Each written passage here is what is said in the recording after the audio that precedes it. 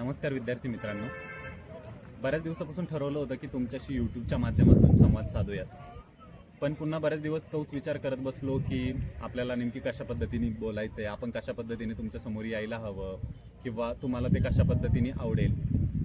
पण आज ठरवलं की आपण जसे आहोत जसे आतून आहोत तसेच बाहेरून दाखवूयात. म्हणून आज या निवांत ठिकाणी मी थोडासा आलो आहे आणि मोबाईलचा एक स्टँड समोर लावला आहे, मोबाईल त्याच्यावरती ठेवला आहे आणि ठरवलं की आपल्याला जे जे काही वाटतंय, जे जे आपण अनुभवलं आहे आपल्या या प्रवासामध्ये ते जर्नी जी आहे तर ती तुमच्यासोबत शेअर करूया. सो माझी ओळख सुरुवातीला थोडीशी करून देतो. माझं नाव गोकुळ नवले आहे आणि बऱ्याचशा एक अपयशी स्पर्धा परीक्षा विद्यार्थ्यांपैकी मी देखील एक आहे.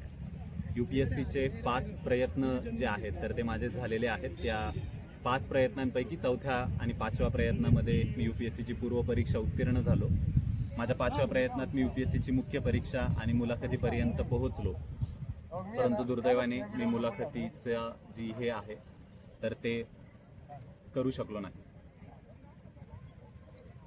सो ती खंत जी आहे एक मनाला तर ती कायम टोचून राहिली.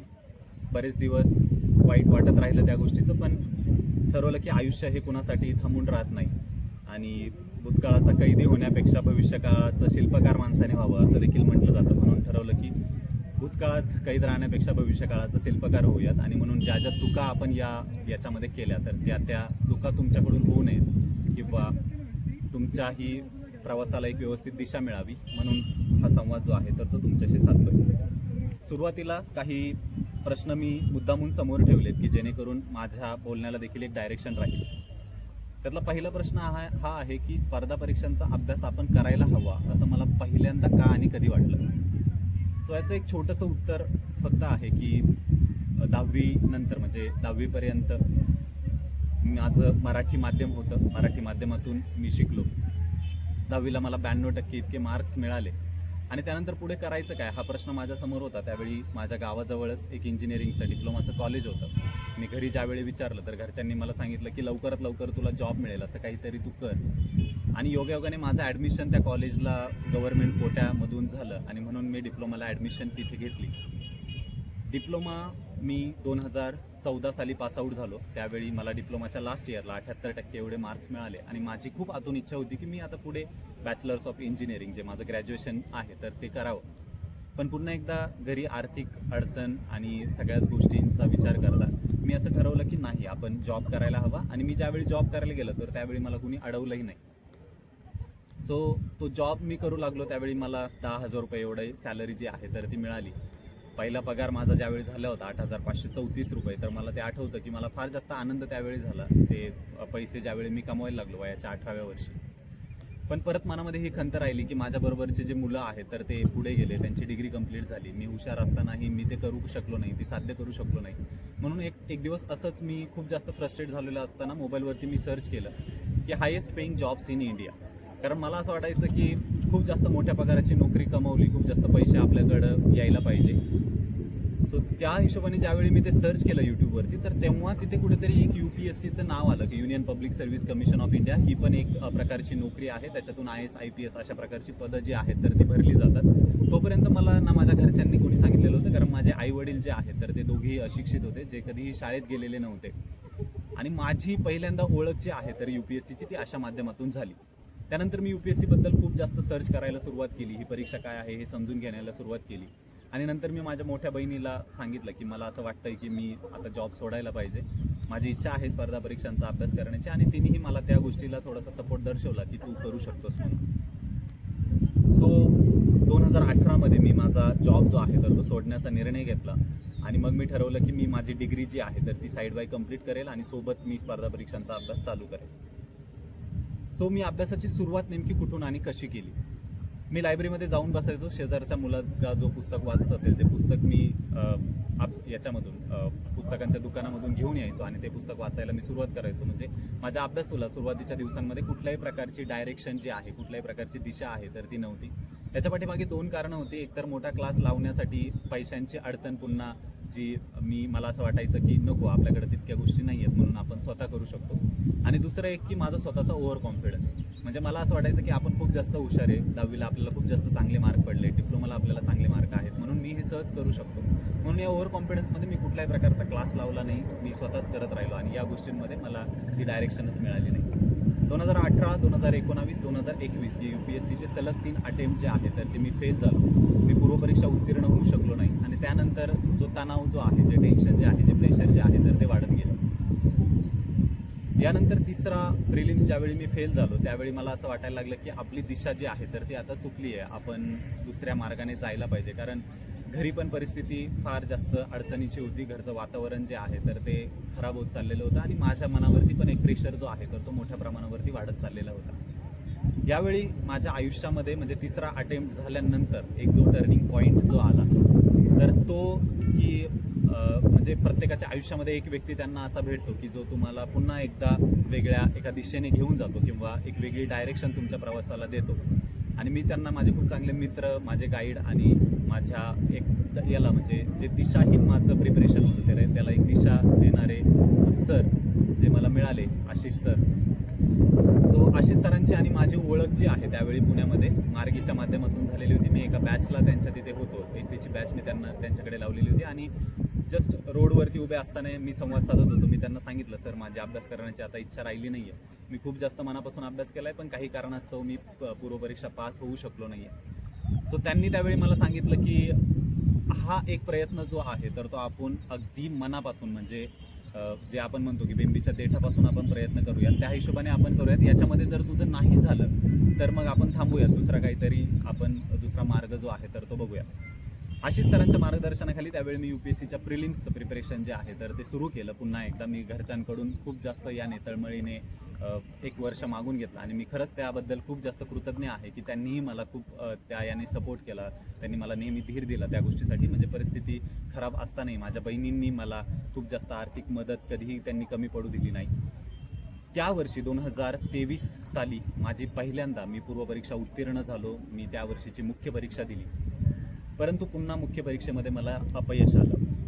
एक 40 मार्काने माझा इंटरव्ह्यूचा कॉल जो आहे तर तो राहून गेला आणि हे खूप जास्त मोठं मार्जिन आहे, 40 मार्क्स म्हणजे खूप जास्त असतात. सो त्यावेळी पण मी पुन्हा एकदा सरांशी संवाद साधला आणि सरांचं म्हणणं पुन्हा एकदा तेच आलं की आपण बऱ्यापैकी आता जवळ आलेलो आहोत, आपण पुन्हा एकदा एक प्रयत्न जो आहे तर तो करायला हवा. पण त्यावेळी मी सरांना सांगितलं की सर नाही, माझ्याकडून आता होणार नाही आहे, कारण खूप जास्त प्रेशर जो आहे तर तो वाढलेला होता. मी आर्थिक बाबी ज्या आहेत तर त्या सहन करू शकत नव्हतो आणि एकंदरीतच जी परिस्थिती आहे तर ती थोडीशी खराब होत चाललेली होती. त्याच्यामुळे मी सरांना म्हटलं की सर नाही, मी माझ्या काही प्रॉब्लेम्स आहेत त्यामुळे मी नाही कंटिन्यू पुढे करू शकत. सो सरांनी त्यावेळी मला सांगितलं की तुझी आर्थिक अडचण असेल तर तू एक काम कर की तू क्लासला इथेच टीचिंग करायला सुरुवात कर माझ्याकडे, तुला महिन्याला काय जे काही पैसे लागतात तर ते मी तुला, आपण त्या हिशोबाने प्रयत्न करूयात की तुला तुझा खर्च इथला निघेल आणि तुझा अभ्यासही त्या हिशोबाने होईल. सो हा पर्याय मला थोडासा सोयीचा वाटला आणि म्हणून मी तिथे टीचिंग करताच अभ्यासाला देखील सुरुवात केली. मी माझा अभ्यास जो आहे तर तो चालू ठेवला. UPSCच्या माझ्या 5व्या प्रयत्नामध्ये मी UPSCची पूर्वपरीक्षा उत्तीर्ण झालो, मुख्य परीक्षा उत्तीर्ण झालो आणि मी UPSCच्या इंटरव्ह्यूपर्यंत जाऊन पोहोचलो. UPSCच्या इंटरव्ह्यूपर्यंत जाणं हे मागच्या 5 वर्षामध्ये मी प्रत्येक श्वासामध्ये अनुभवलेलं माझं स्वप्न होतं. प्रत्येक दिवस, प्रत्येक क्षण मी माझ्या मनामध्ये, माझ्या स्वप्नामध्ये हे घेऊन जगलो आणि उठलो की मी एक दिवस कधी ना कधीतरी UPSCच्या इंटरव्ह्यूपर्यंत जाऊन पोहोचेल. कारण माझ्या मनामध्ये तोपर्यंत मी पोस्ट काढेल किंवा काय ह्या सगळ्या गोष्टी येत नव्हत्या, पण ते जे मॉक इंटरव्ह्यूज वगैरे मी बघायचो, या सगळ्या गोष्टींमुळे मला असं वाटायचं की मी एक दिवस तिथपर्यंत जाईल. हा अनुभव जो आहे माझ्यासाठी हा खूप जास्त लाईफ चेंजिंग अनुभव होता UPSCचा. परंतु दुर्दैवाने पुन्हा एकदा UPSCचा रिझल्ट जो आहे मेन्सचा आणि इंटरव्ह्यूचा तो आला आणि इंटरव्ह्यूमध्ये देखील फायनल सिलेक्शन जे आहे तर ते माझं काही 20 मार्काने राहून गेलं. मी UPSCचा इंटरव्ह्यू जो आहे तर तो अनुत्तीर्ण झालो, मी पास होऊ शकलो नाही. सो UPSCची ही माझी अशा प्रकारची जर्नी जी आहे तर ती राहिली. या सगळ्या प्रवासामध्ये मला सांगायचं खूप जास्त महत्त्वाचं हे आहे की UPSCने मला काय दिलं. एक पद, एक अधिकारी याच्या पलीकडे जाऊन UPSCने मला खूप साऱ्या गोष्टी शिकवल्या. संयम नावाची गोष्ट जी आहे तर ती UPSCने मला दिली. सगळ्याच गोष्टींबाबतची कृतज्ञता जी आहे तर ती UPSCने मला दिली. आपल्याला किती काही मिळालं तरी आपले पाय जे आहे तर ते सतत जमिनीवर असायला हवेत, हे UPSCने मला शिकवलं. ज्या खेड्यामधून मी बिलॉंग करत होतो, ज्या परिस्थितीमधून मी वाढलो, मी शिकलो, त्या 4 चौकटींच्या बाहेर जाऊन ती जाती धर्माची बंधनं तोडून एक माणूस म्हणून जगायला UPSCने मला शिकवलं.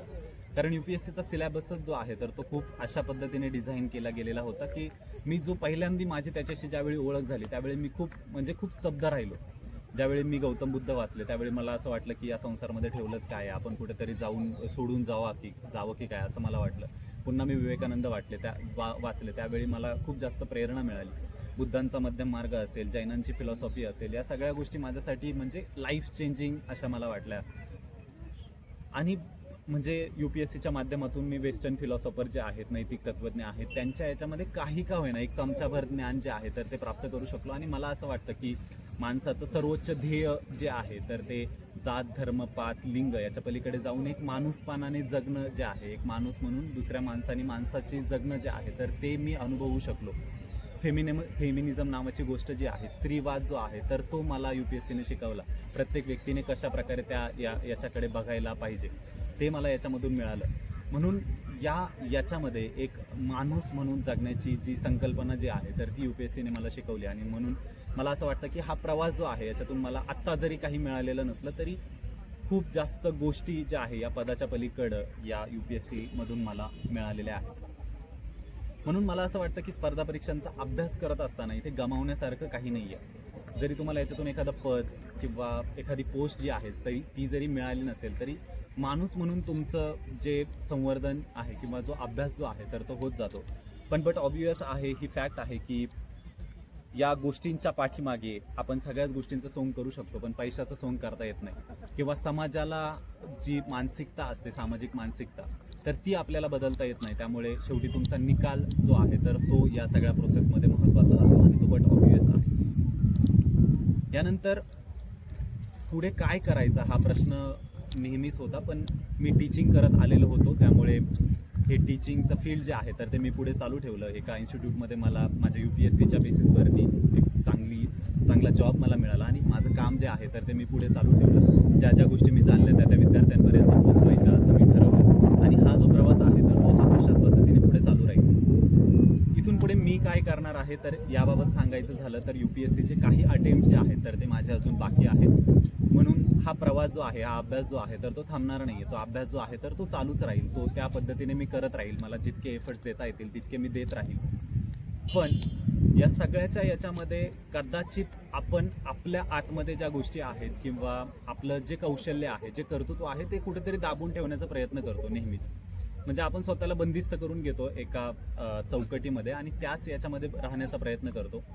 म्हणून अभ्यासासोबतच आपण जे जाणलंय, आपल्याला ज्या गोष्टी माहिती आहेत तर त्या गोष्टी इतरांसोबत शेअर करायचा असं मी ठरवलंय. आणि मला असं वाटतं की याच्यासारखं दुसरं कुठलं लोकेशन त्या याच्यासाठी नव्हतं. खूप जास्त एकांत इथे होता आणि म्हणून आज कुठलाही जास्त याला फिल्टर न लावता या गोष्टी मी तुमच्यापर्यंत पोहोचू शकलोय. सो यापुढेही मी ज्या अभ्यासामध्ये ज्या गोष्टी अनुभवल्या, ज्या जाणल्या, ज्या मला वाटलं की जिथे जिथे माझ्या चुका झाल्या त्या गोष्टी तुमच्यापर्यंत पोहोचवण्याचा प्रयत्न असेल. यामधून तुमच्या अभ्यासाला एक दिशा मिळावी, एक डायरेक्शन त्याला असावी, हा एक निस्वार्थ प्रयत्न असेल. UPSCसाठीचं माझं माध्यम जे आहे तर ते मराठी माध्यम होतं आणि यावर्षीचा म्हणजे हा यावर्षीचा पहिलाच रिझल्ट होता की यावर्षी UPSCच्या फायनल रिझल्टमध्ये एकही मराठी विद्यार्थी नव्हता. म्हणजे 33 मुलांनी UPSCची मराठी माध्यमातून मुख्य परीक्षा लिहिली. त्यापैकी 2च मुलं जे आहे तर ते मुलाखतीपर्यंत पोहोचले. त्यापैकी मी एक आणि अजून एक विद्यार्थी होता. आणि या दोघांचंही सिलेक्शन जे आहे तर ते काही मार्कांनी झालं नाही. परंतु याचा फायदा जो आहे तर तो आपल्याला पुढे येणारी MPSCची जी डिस्क्रिप्टिव्ह परीक्षा आहे किंवा UPSCची मराठी माध्यमातून जी होणारी परीक्षा असेल तर याच्यासाठी करून घेता येऊ शकतो. म्हणून मला माझ्या माध्यमातून ज्या विद्यार्थ्यांपर्यंत पोहोचता येईल, त्यांना जितकी मला मदत करता येईल तर तितकी मदत करण्याचा यापुढे एक निस्वार्थ प्रयत्न असेल YouTubeच्या माध्यमातून. यासोबतच जे जीवनाचे धडे मला या प्रवासामध्ये मिळाले ते तुमच्यापर्यंत पोहोचवण्याचा देखील प्रयत्न असेल. आणि मला असं वाटतं की हे एक खरोखर एक खऱ्या अर्थाने जगणं आहे किंवा खऱ्या अर्थाने माणूसपणाकडे होणारा आपला एक प्रवास आहे. माणूस म्हणून जगण्याचा हा एक प्रवास आहे. म्हणून याच्यासाठीचा प्रयत्न असेल. UPSCचा अभ्यास करत असताना आपल्याला निबंधाचा एक पेपर असतोच. माझ्याकडे ही माझी निबंधाचीच डायरी आहे. या निबंधाच्या डायरीमध्ये मी एक गोष्ट जी आहे तर ती लिहून ठेवली होती. एक कविता होती ॲक्च्युअली ती की एक पाश्चात्य लेखक आहे ज्यांचं नाव आहे पाब्लो नेरुदा. सो त्यांनी आपल्या याच्यामध्ये की तुम्ही म्हणजे त्यांचं असं म्हणणं आहे की माणसाचा मृत्यू जो आहे तर तो 2 वेळा होतो. एकदा तुमचा श्वासोच्छवास जो आहे तो ज्यावेळी थांबतो त्यावेळी माणूस मरतो, आणि दुसरं म्हणजे तुम्ही जिवंत असतानाही कधी कधी मेलेल्यासारखेच असता. सो त्यांनी माणसाचं जिवंत असण्याचं लक्षण जे आहे तर ते सांगितलंय की तुम्ही कधी खऱ्या अर्थाने जीवन जगता किंवा तुम्ही खऱ्या अर्थाने जिवंत कधी असता. सो ते असं म्हणतात की समजा तुम्ही प्रवासालाच नाही जात, तुम्ही कुठेच भटकत नाही, तुम्ही काहीच वाचत नाही नवीन, जगण्याच्या हाका पडतच नाहीत तुमच्या कानावर, चुकून कधी देत नाहीत तुम्ही तुमच्याच पाठीवर शाबासकीची थाप, याचाच अर्थ तुम्ही मरताय हळूहळू. सो लेखकाने तुम्ही कशा प्रकारे हळूहळू मरत असता याचं सांगितलंय की जर तुम्ही काही नवीन वाचत नसाल, तुम्ही हे जग अनुभवत नसाल, तुम्ही कुठेतरी भटकत नसाल, तुम्ही कुठेतरी फिरायला जात नसाल, तुम्ही स्वतःच कधीतरी कौतुक करत नसाल, तर याचाच अर्थ तुम्ही मरताय हळूहळू. पुढच्या याच्यामध्ये लेखक म्हणतात की सवयींचे गुलाम बनता आहात तुम्ही, त्याच मालक्या वाटेवर चालता आहात तुम्ही. म्हणजे माझ्या बाबतीतही तेच झालं होतं की मी त्याच गोष्टी पुन्हा करत होतो, त्याच मालक्या वाटेवर चालत होतो. चुकून कधी तुम्ही नव्या रस्त्याने जाऊ पाहत नाही, की चुकून कधी तुमची वाटही चुकत नाही. परक्या अनोळखी माणसांना भेटत नाहीत तुम्ही, त्यांच्याशी बोलत नाहीत तुम्ही, अंगावर चढवत नाहीत पूर्वी कधीही न वापरलेले नवे कोरे रंग, याचाच अर्थ तुम्ही मरताय हळूहळू. सो लेखकाने जी खंत व्यक्त केली आहे की जिवंतपणे असणं म्हणजे नवीन माणसांना भेटणं, त्यांच्याशी बोलणं, अनोळखी माणसांशी संवाद साधणं, रोज त्याच माळक्या वाटेवरून न चालता नवीन वाट अनुभवणं, आणि त्या वाटेवरून चालता चालता तुम्हाला आलेले अनुभव इतरांसोबत शेअर करणं, हा एक जिवंत असण्याचा नमुना आहे. आणि म्हणून हे जिवंतपण अनुभवण्यासाठी यापुढे ठरवलं की तुमच्याशी बोलायचं, संवाद साधायचा. आणि या सगळ्यांच्या याच्यामधून मी देखील एक ॲस्पायरंट आहे, मी देखील एक परीक्षार्थीच आहे. माझ्या माध्यमातून तुम्हाला जो काही याच्यामध्ये फायदा होऊ शकेल तो आपण करण्याचा प्रयत्न करणार आहोत. बाकी ज्या गोष्टी मी अनुभवलेल्या आहेत, ज्या अनुभवतो आहे, ज्या समाजामध्ये बघतो आहे, एक माणूसपणाकडे जाण्याचा प्रवास जो आहे जो अधिक वृद्धिंगत व्हावा या दृष्टीने यापुढचा सगळा प्रवास प्रयत्न असेल. बाकी या सगळ्या याच्यामध्ये तुम्ही मला ऐकून घेतलं त्याबद्दल तुमचं सगळ्यांचे खूप खूप धन्यवाद. जोडले जाऊयात एकमेकाला, सोबत राहूयात, हा प्रवास जो आहे तर तो सोबत करूयात, आणि माणूस म्हणून आपला प्रवास जो आहे तो अधिक चांगला वृद्धिंगत करूयात. खूप खूप धन्यवाद. थँक्यू. भग्न स्वप्नांच्या तुकड्यांना कवटाळून बसण्यासाठी मनुष्य जन्माला आलेला नाही. माणसाचं मन हे भूतकाळाच्या साखळदंडांनी करकचून बांधूनही ठेवता येत नाही. त्याला भविष्याच्या गरुड पंखांचं वरदान लाभलं आहे. एखादं स्वप्न पाहणं, ते फुलवणं, ते सत्यसृष्टीत उतरावं म्हणून धडपडणं, आणि त्या धडपडीतला आनंद लुटणं, आणि दुर्दैवाने ते स्वप्न भंगही पावलं तरी त्याच्या तुकड्यांवरून रक्ताळलेल्या पायांनी दुसऱ्या स्वप्नांमागे धावणं, हा मानवी मनाचा धर्मच आहे. आणि मानवी जीवनाला अर्थही येतो तो याचमुळे. वि. स. खांडेकर यांच्या अमृतवेल या पुस्तकात.